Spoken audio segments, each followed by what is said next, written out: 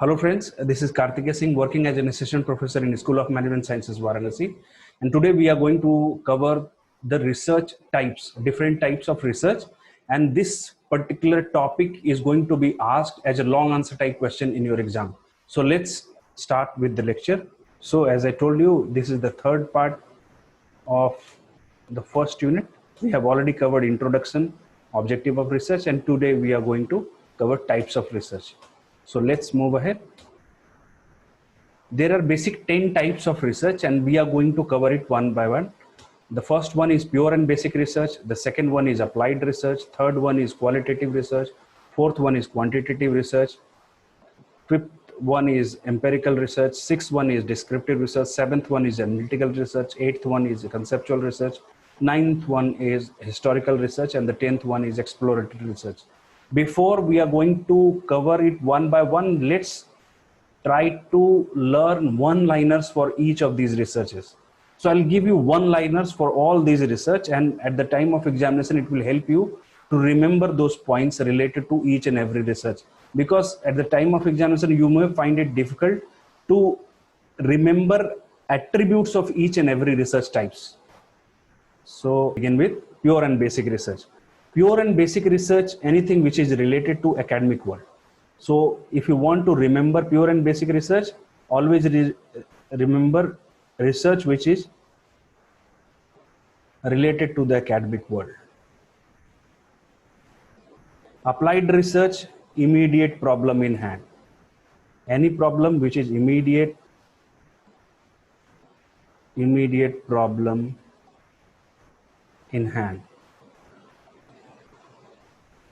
Third one is qualitative research, anything which is behavioral in nature,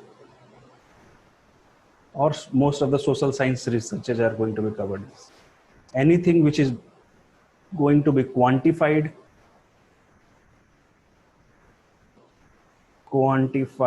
or converted into numbers are going to be considered as quantitative research. Anything which is going to be dealt through first hand data, means primary data, the research is going to be called as empirical research. Descriptive research, state of affairs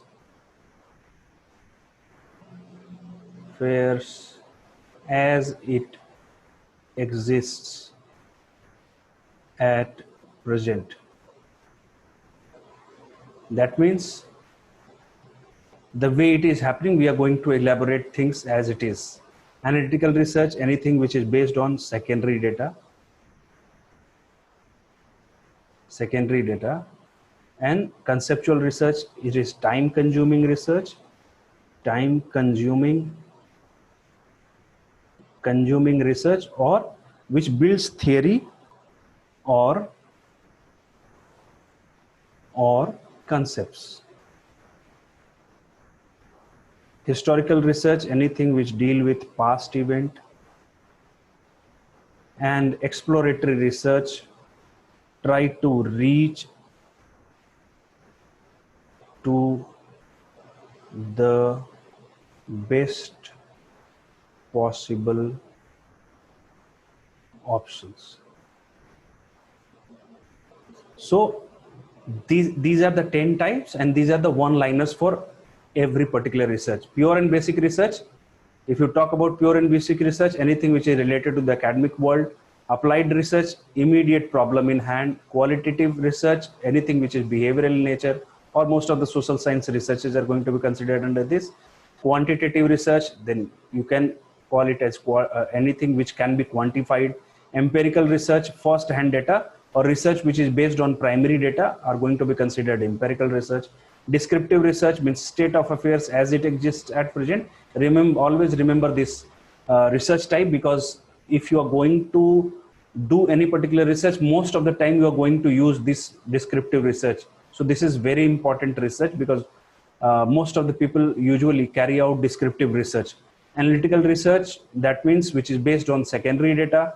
Conceptual research, it is time-consuming research, and it is theory, or it is going to build theories and concepts. That's why it is time-consuming research. Historical research, any research which covers past event, and exploratory research where we are expected to select the best possible option through exploratory research.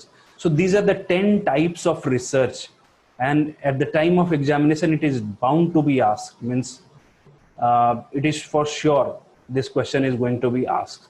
So seventh one is analytical, eighth one is conceptual, ninth one is historical, and 10th one is exploratory.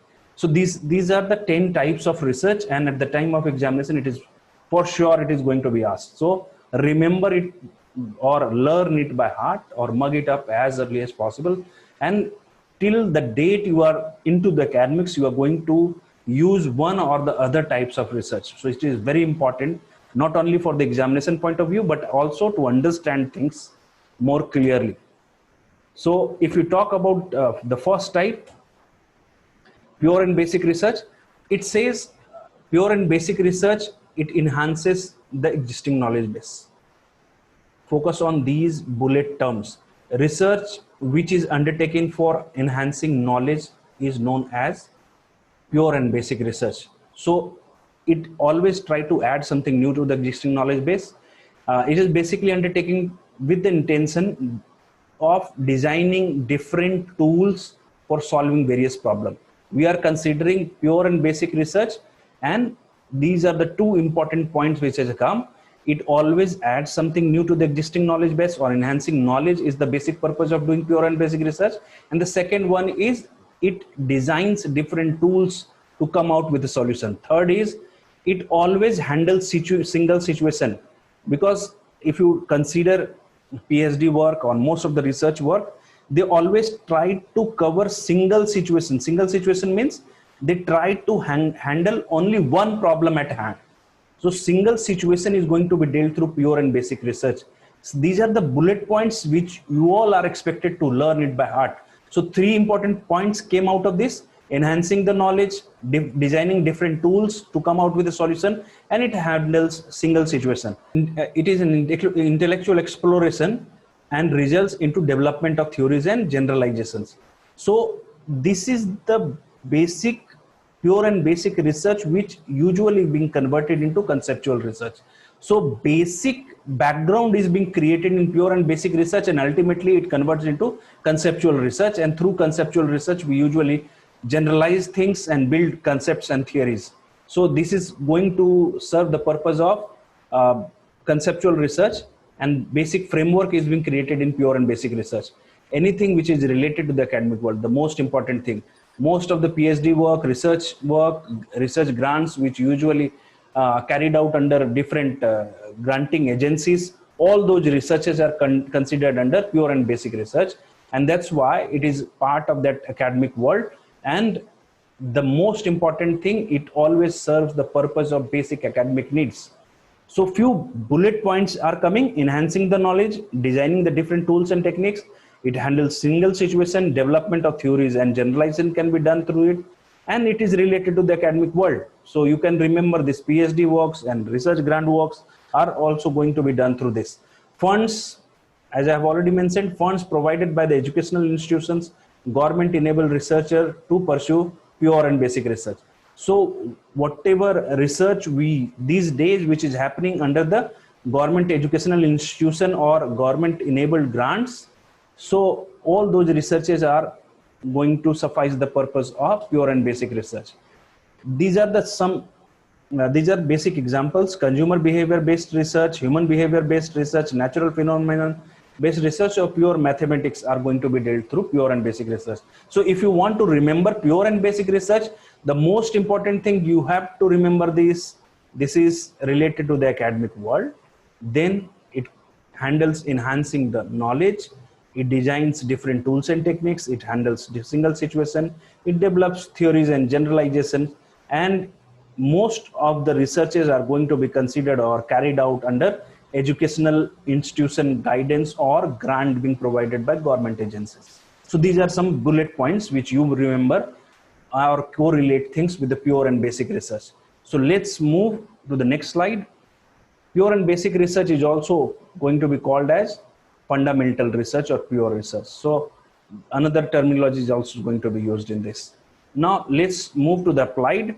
As I have already told you, immediate problem in hand, known as practical research or mainly termed as need-based research. The most important point is this: need-based research, which is high practical relevance.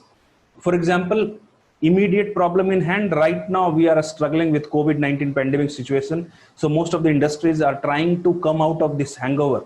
So how they are going to strategize things to take maximum advantage of it? Like FMCG companies are doing well, pharma companies are doing well. Now hospitality is struggling.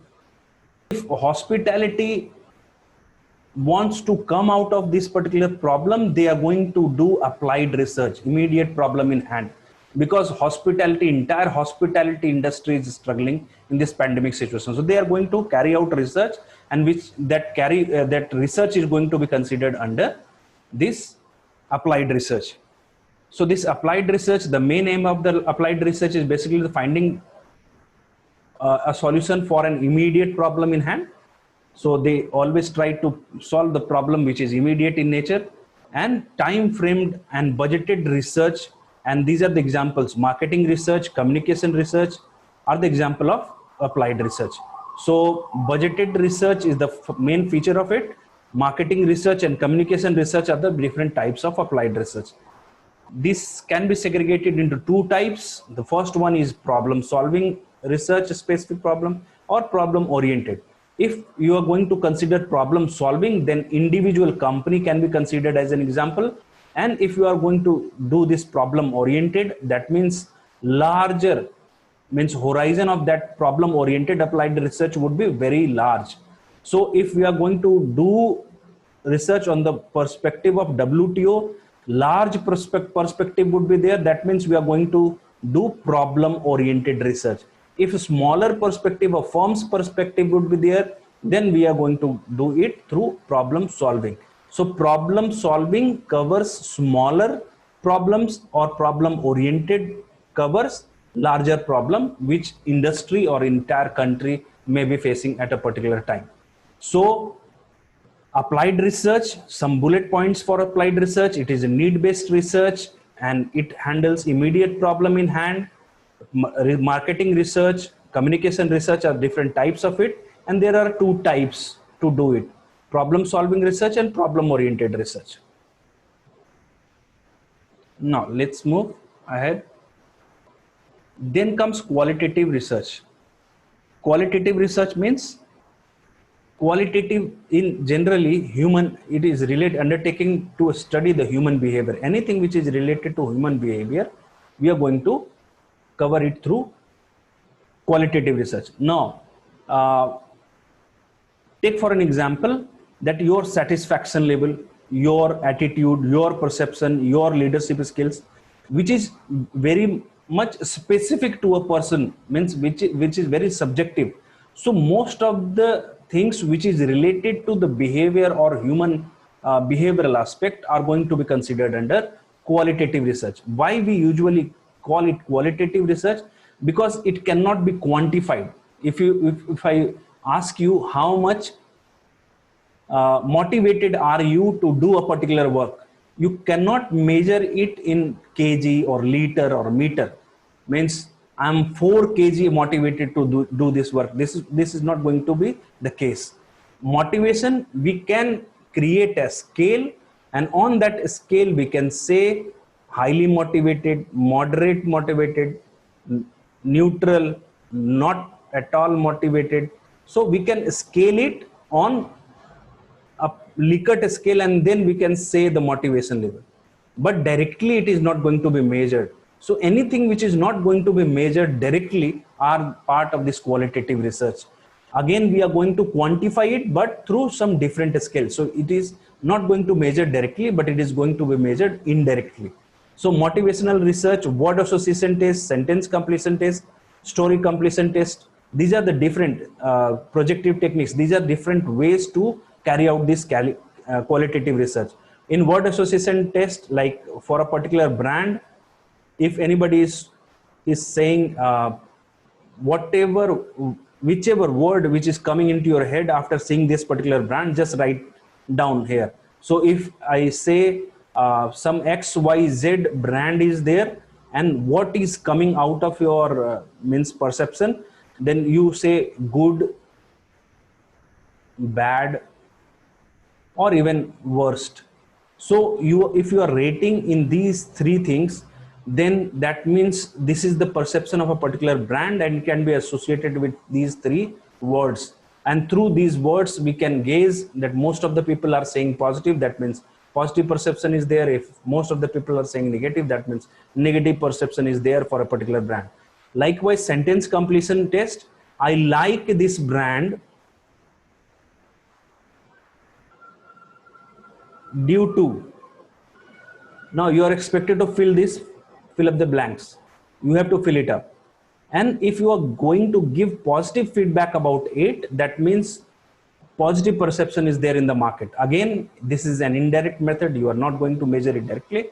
Third one is story completion test. Half of the story being written by the company and remaining a story is expected to be written by the client or the respondents.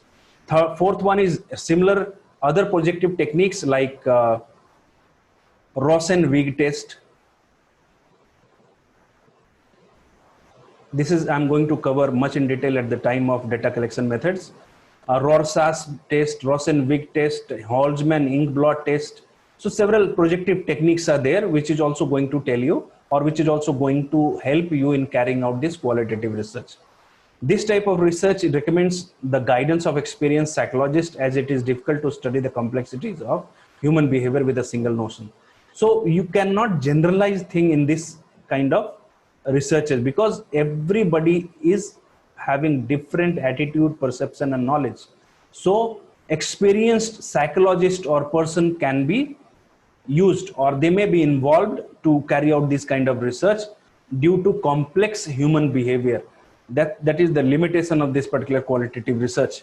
But most importantly, if you want to learn about brand, if you are going to learn about different models, if you are going to learn different consumer behavior models, all those things are going to be considered or covered under this qualitative research.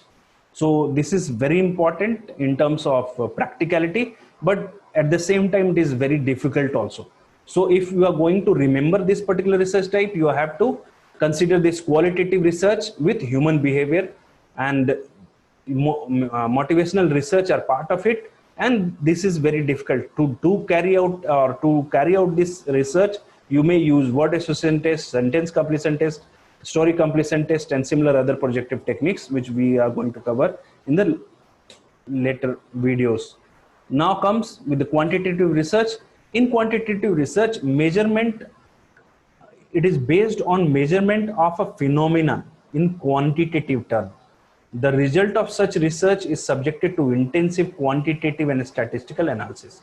So anything which is going to be quantified, like your performance, your class performance, your sports performance, your market in market capabilities, which can be quantified. So anything which is going to be quantified are going to be considered under quantitative research. So where in quantitative research, statistical analysis is going to be used rigorously. Then quantitative research often looks towards quantitative data, support their theories, and quantitative research often looks for support in existing theories.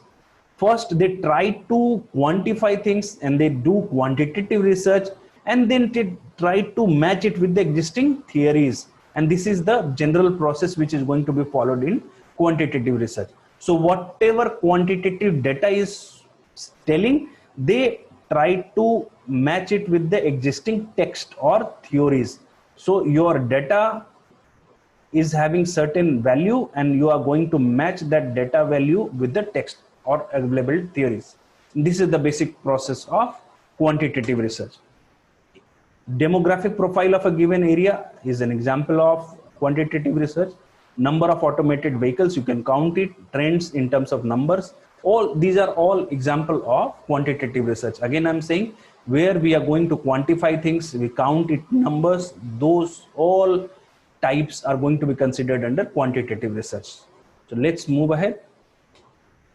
Empirical research, I have already told you, anything which is primary database, and this is the database research which is primary or first hand. The most important thing, you always have to remember this.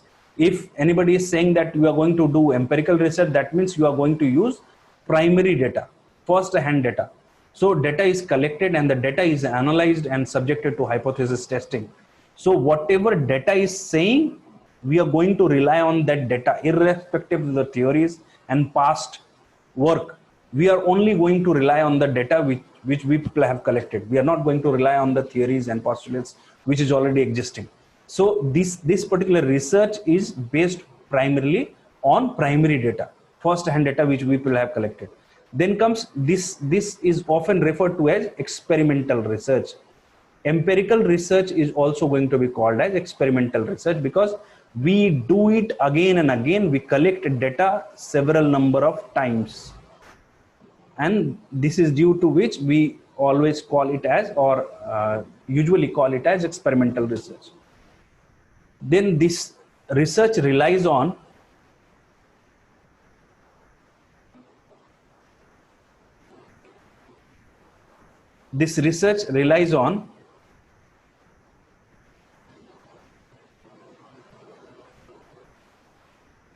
this research relies on observation alone, often without due regard to the system and theories.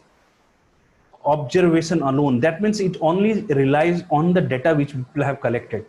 Then database research, the second name is also going to be given, is database research which people have collected. So most important thing, that exploratory research is going to be called as primary database research, this one. Then experimental research or experience, it relies on experience or observations alone. Then this is the example, impact of depreciating dollar. If we are collecting primary data of depreciating dollar, then we can establish a relationship between Indian exports. So let's move to the next type, that is descriptive research. And in descriptive research, we have already said, descriptive research includes surveys and facts finding, inquiries of different kinds. And in this fact finding, we always try to describe things which is already there. One important line which is again coming, I have already told you in my introductory slide. The major purpose of the descriptive research is to description of the state of affairs as it exists at present. This is the most important line. It will keep on coming again and again because you are going to describe things as it is. You are not going to manipulate with the things. The way it is happening, three kinds of things are there. Whether it is people, process, or event. If these three kinds of things are there, you are just going to elaborate as it is. And if you are going to elaborate as it is, you are going to use this descriptive research. So it also includes, means we do descriptive research through survey method. We are going to deal this survey method much in detail in the chapter of data collection. Survey method is basically a questionnaire is being distributed to the respondents and they are expected to fill it up. We work on that filled questionnaire and we come out with the solution. So survey method is going to be utilized for doing this descriptive research. There are other ways also which we will learn when we are going to discuss data collection method. The method characteristic of this method is that the researcher has no control over the variable. The most important thing, as we are just describing things, we are not going to manipulate with the variables. He can only report what happened or what is happening. So let me give you a practical example. I have already told you, like sales training and sales performance. You are giving sales training to the sales force, and on the basis of it, your sales performing is moving up or going up. Now let's understand. Sales training means sales training you have given to the sales force and your sales performance is going up. If you are not manipulating with these two things, your sales training remain as it is throughout the process. and your sales performance is going to remain as it is. And if we are describing these process, we are going to do descriptive research. But if we'll start changing the frequency of training, changing the number of sales force, that means we will have started elaborating or manipulating with the variables. That means we are going to do experimentation. This is the basic difference. Try to understand it. This is very important. Sales training and sales performance, if entire process is going to be elaborated as it is, that is going to be called as descriptive research. But if you manipulate with the sales training frequency, like you have changed the month in which this training was expected to be done, you have changed the frequency twice a day, thrice a day, four times a day, and you have started changing the workforce to which sales training was given and the workforce to which no sales training was given, means you have started manipulating things. And if you have started manipulating things or changing variables, that means you are going to do experimentation. But if you are not manipulating with the things, you are elaborating things as it is, you are going to do this descriptive research. And if you are manipulating with the things, that means you are going to do experimental research.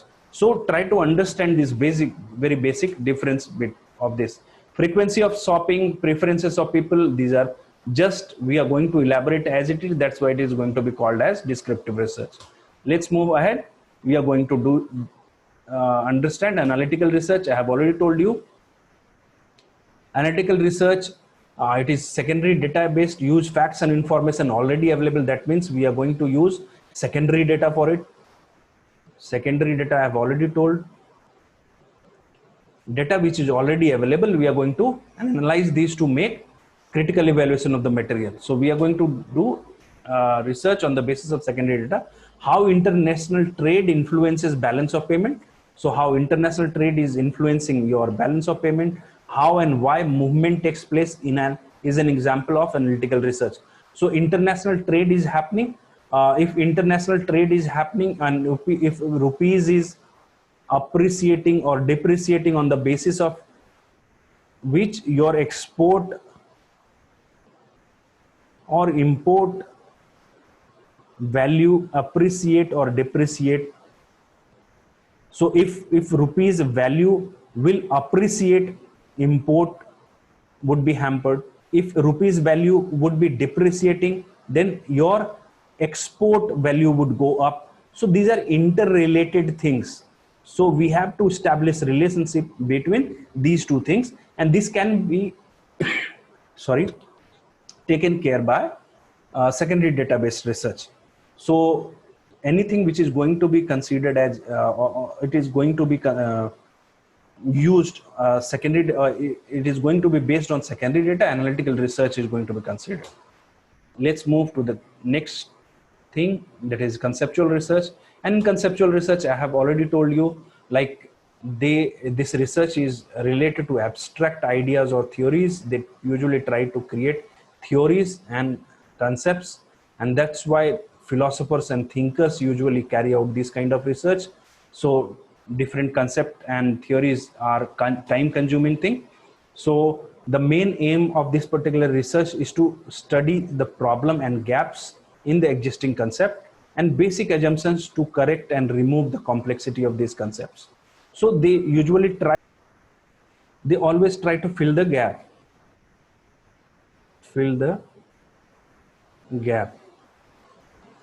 Take for an example, if some gap is there, like GDP expectations and performance. If some gap is there in between, they usually try to give some solution out of it. Whatever GDP expectations are there, if GDP is not performing up to the mark, then there must be certain gaps, and they try to fill this gap through their research. And this is the beauty of this conceptual research. So it is time consuming research and is to be undertaken by the experienced researcher on their own, in their own areas. So most of the times these research are carried out by experienced fellows. Now in historical research, as I have already told you, examining historical research is the process of systematically examining the past events to give account of what has happened in the past. The death of Subhash Chandra Bose is an example of this historical research. Most of the people say that he was alive by the name of Gumnami Baba, and he was residing in Gorakhpur. So if anybody is going to do this research, it is going to be called as historical research. So historical research is more accumulation of facts and dates, or even description of the past event. So we take care of the past event in this historical research. Count of the past event, I've already told you. Subhash Chandra Bose example have already discussed. And the last type of research is exploratory research. As the name term suggests, exploratory research is often conducted. The problem has not been clearly defined as yet, or its real scope is not clear. So things are not defined or not clear, or several options are there. Then we try to reach to the best possible option. That is the process of exploratory research. So a researcher, to familiarize him or herself with the problem or the concept to be studied, and perhaps generate hypothesis to be tested. So if several options are there, like several concepts are there, several problems are there, several hypotheses are there, and there is no clarity, and you want to familiarize with the problem, concept, hypothesis, you are going to explore things, and that's why it is going to be called as exploratory research. Exploratory research helps determine best research design, data collection method, selection of subjects. That's why I'm saying again and again that best research design out of several research design, best data collection method out of several data collection method, selection of subjects out of different subjects available. So all these things are basically done to get clarity of the subject matter. If things are not being cleared, we are going to utilize through or do it through exploratory research. Thank you so much. We have already covered 10 types of basic research. If you keep on visiting it, it is definitely going to help you at the time of examination. Thank you so much for watching. I think it is going to help you immensely while preparing for your exams. Thank you so much.